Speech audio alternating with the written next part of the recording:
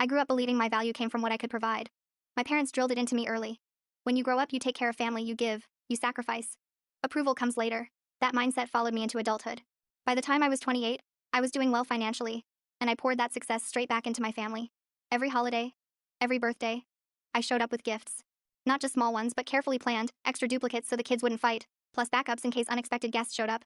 I helped cover my sister Emma's kids' extracurriculars, chipped in for vacations, even helped with their house down payment. I never asked for credit. I just wanted to feel appreciated.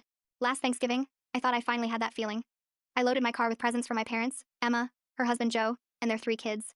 I felt proud, happy, hopeful. Then I knocked on the door.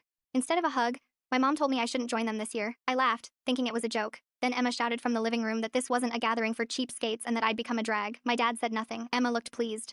I stood there stunned, then quietly left, sitting alone in my car surrounded by gifts no one wanted. That was the moment everything cracked. I replayed years of helping them financially, years of stepping in whenever Emma and Joe struggled, and realized something painful. My generosity had turned into an expectation. I wasn't family.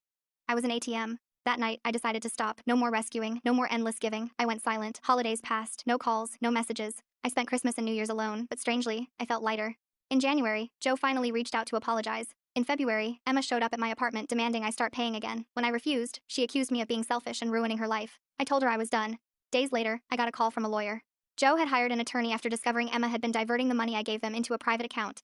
The money meant for bills and kids had gone to shopping sprees, spa weekends, and secret trips. Joe had proof. Everything suddenly made sense. Joe eventually left with the kids, starting over in another state. I helped him relocate, but this time it felt right. It wasn't obligation, it was choice. Emma blamed everyone but herself. My parents finally apologized. And I learned the hardest lesson of all. Family relationships built on entitlement will drain you dry. Generosity without boundaries creates monsters. Walking away doesn't make you cruel. Sometimes it's the only way to survive. If this story resonated, follow for more real stories about family, boundaries, and self-respect. And if you've ever been treated like an obligation instead of a person, share this. Someone needs to hear it.